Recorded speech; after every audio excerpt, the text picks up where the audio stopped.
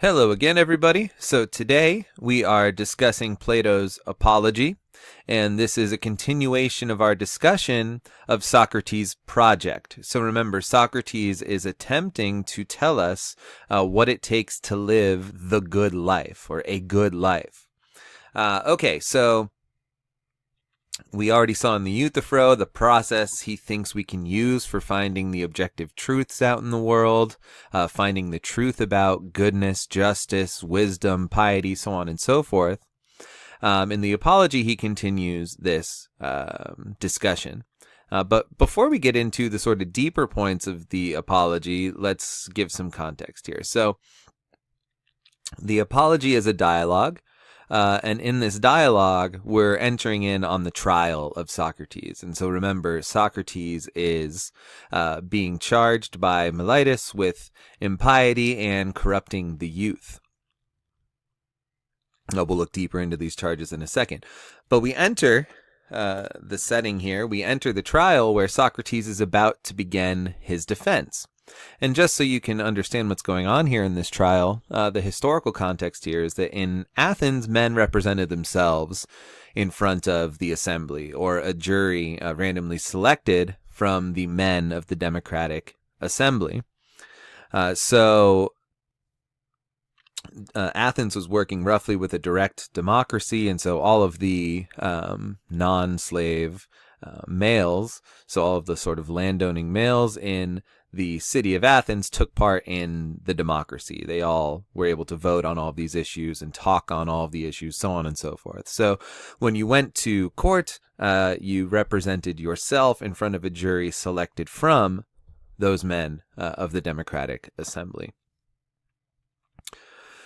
Now, interesting here, in these trials, both the prosecutor and the defendant get to offer to the jury what they believe is an appropriate punishment if the defendant is found guilty. So Meletus is calling for the execution of Socrates. He says these crimes, impiety and corrupting the youth, are so sort of detrimental to society that Socrates needs to be put to death. Now, normally what would happen is if the person is found guilty, they would come up with a punishment less than death, but still seen to be as bad for the individual, or close to as bad for the individual, right? So Socrates could say, okay, well, if I'm guilty, don't execute me, but you could exile me from the city. I could spend my life in jail. You could take all of my wealth and land, so on and so forth, right? He could have come up with sort of an equal or close to equal punishment. But instead, Socrates counteroffers with something pretty drastic, right? He essentially condemns himself to death here. Socrates says, well, I've done nothing wrong. Really, all I've done is help you throughout my entire life. So I should be rewarded for helping all of you citizens take care of your souls. I should be given free meals where you feed all of the Olympians of the city, right? For all of the famous people who come in, all the Olympians who are given meals in this grand sort of hall, I should be given free meals there. So instead of coming up with a reasonable counteroffer, Socrates is so gung-ho on the fact that he's done nothing wrong, that he stands by what he's done, that he's unwilling to sort of compromise here and go for a more reasonable punishment. So just so you know, it's not that drastic, right? Socrates does end up saying between him and all of his friends, they could come up with essentially what would be a month's worth of wages for a worker at this time. And so he would also take as a punishment this fee, basically what we would consider a month's wages. So death or a month's wages, right? There's still a gigantic gap between those two punishments. And so Socrates is essentially condemning himself to death. But we'll see later that Socrates thinks there's no reason to fear death. And so this punishment that Meletus is coming up with really isn't bad from his point of view. But so that's the rough context of what's going on here. Now, there are definitely far more important points being made in the Apology than the charges and the defense that Socrates gives. But I also think it's interesting to look at Socrates' defense of himself here. So yeah, I already said all this. So although there are more important points being made in the dialogue, it's still interesting to see how Socrates is going to defend himself, right? So Socrates is defending himself in court in front of the assembly, and he thinks he's done nothing wrong. Does he actually say anything that would convince the assembly to believe him?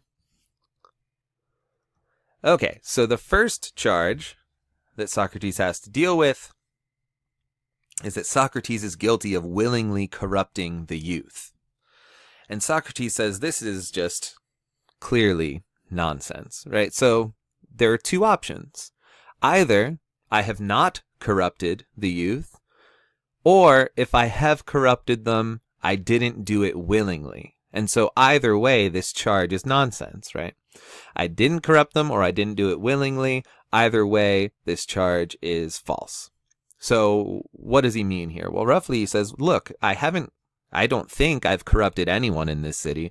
I don't think I've corrupted the youth, right? So as Socrates is going around doing the type of questioning of people who think they're experts, like we saw in the Euthyphro, he had a number of sort of the well-to-do youth in the city following him around, and they started to sort of imitate this questioning, right? So the youth were imitating that questioning of those with expertise, and so it seemed like Socrates was training all of these young people in being subversive, right? He was training all of them in showing a lack of respect for tradition. And so from the outside view, some people might think he's corrupting them. But Socrates says, no, I'm not corrupting them at all. What's happening here is I'm teaching these young people to care about the truth, to not claim that you have wisdom when you don't really have any wisdom, to not claim that you're an expert when you fully lack expertise, right? I'm training them to care for their souls